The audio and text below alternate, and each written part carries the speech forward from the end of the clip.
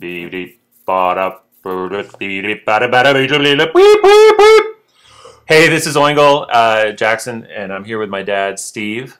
I'm here. And we're going to be doing a team deathmatch on grid with a SPAS, just going nuts with the shotgun.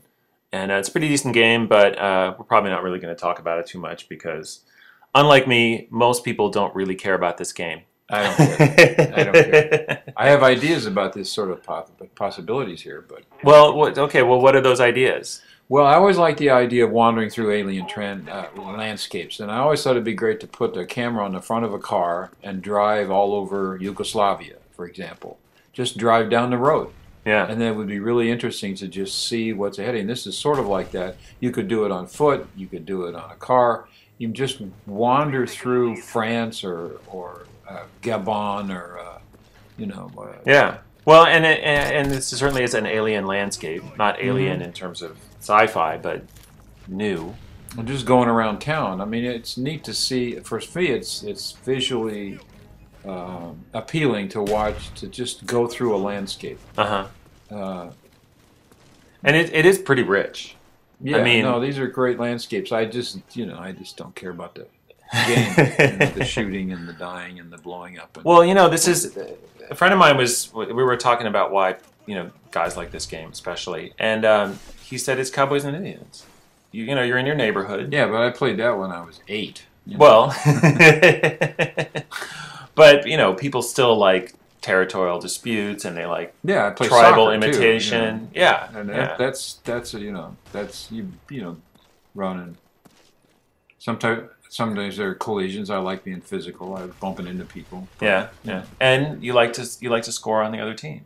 Yeah. And if you were scoring against a computer, that wouldn't be that interesting. But if knowing that well, two things I think that make this interesting to me, and I think it correlate to sports in general, is when you play against a person, there's some randomness involved.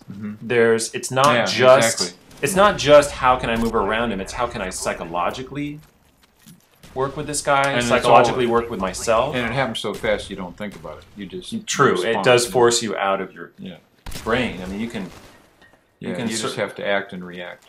If you can theorize about it all you want, but that doesn't help you really until you're in it. Oh, I tell myself in the middle of a game, if I'm not having a great game, I say stop thinking, just play the game. Yeah, and I think that can be applied to this too. But the other end of it is that there's somebody I'm on talking myself into the pleasure of the game. Well, but the other thing is when you win over somebody else, there's something great about the fact that you've done that to another person. Now, I mean, it isn't necessarily malicious. They're in it that way themselves. You know what I mean?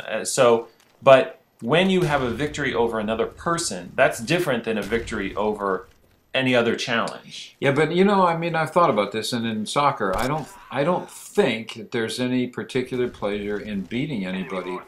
To me, it's like when I make a play that beats somebody, it's the making of the play that was the thrill, not the beating of the other guy. Sure, but I see what you mean. You're making a distinction between like their emotional state and your emotional state in beating somebody, but because they're an opponent that you don't know anything about, you begin to find things about them. There's something great about beating them. Oh yeah, because you have to improvise. Yeah, and you have to outthink them, and if they're a worthy opponent, that means that they are at least as good as you are. Well, I have a thing about beating 8- and 9-year-old boys and girls. I want to do that.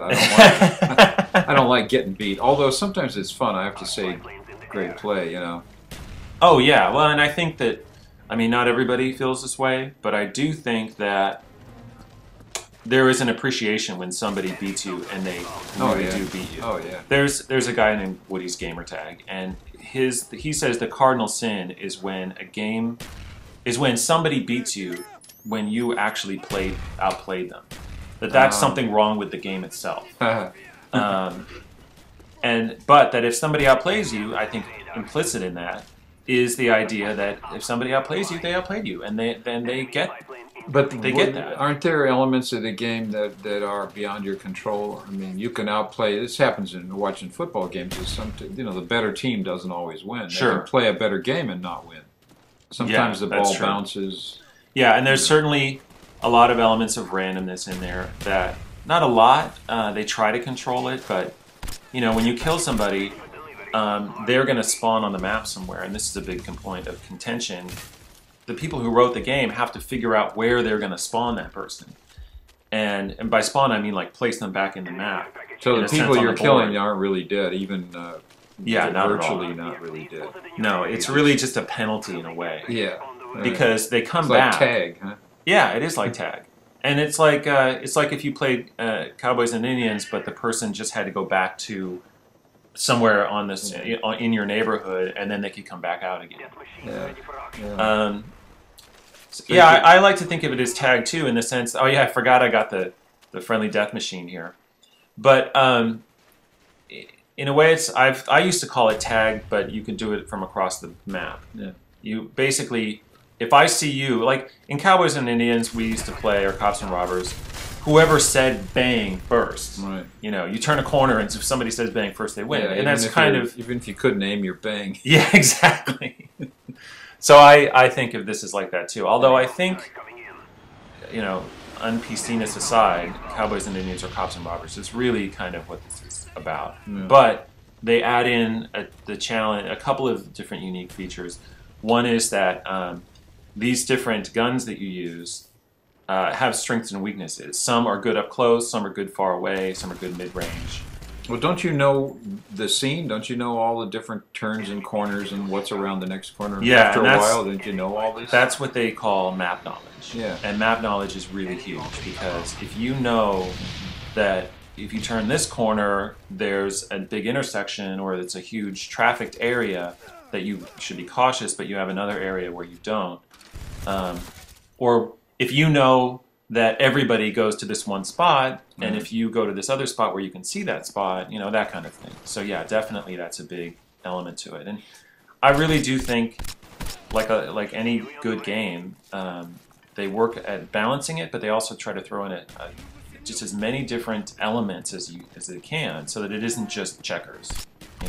It's There's a sweatshirt laying on the ground here. How come nobody ever trips over it? It's just there for a show. Yeah, but still, I mean, it's to give a sense of realism. If it was really realism, you'd have to, when you're running, you run out of breath, you get tired, you fall down the stairs. Mm-hmm. If you got 80 pounds of gear on, you don't run downstairs. And that's not a bad idea, actually. They should introduce fatigue. Yeah. They do a little bit. When you run, you can only run for so long. And I always wanted to see Bruce Willis run down the middle of a road after chasing 27 guys, and then just, and get clipped by a car. Yeah. And fall down, and he's got a broken leg, and that's the end of the movie. It's like, sorry, I can't be a superhero anymore. Yeah. All right, well, we're wrapping this up here. This was a pretty good score. I think I went 4-to-1 kill-death ratio, which is pretty good, especially for a very limited weapon like the shotgun. This is just a cheap excuse to shoot the shit. It is, yeah. It's a good excuse. Maybe it's not a cheap excuse. It's a highly professional, well-trained practice. Oh, there's no excuse. professionalism here. Yeah. As I split the word into two pieces. I just shoot that guy 4 times. What is wrong with that? Yeah, what is wrong with that? All right, so... what about conspiracy theories? Somebody should be influencing, like moving the walls and stuff. Okay, I don't know what that means. This is now, why Oingle. that truck? The next time around, the truck should be over there. 16-4. This is Oingle. I'm on Facebook, Twitter, and YouTube, and Oingle.com. PlayStation Network, PSN. Talk to you later.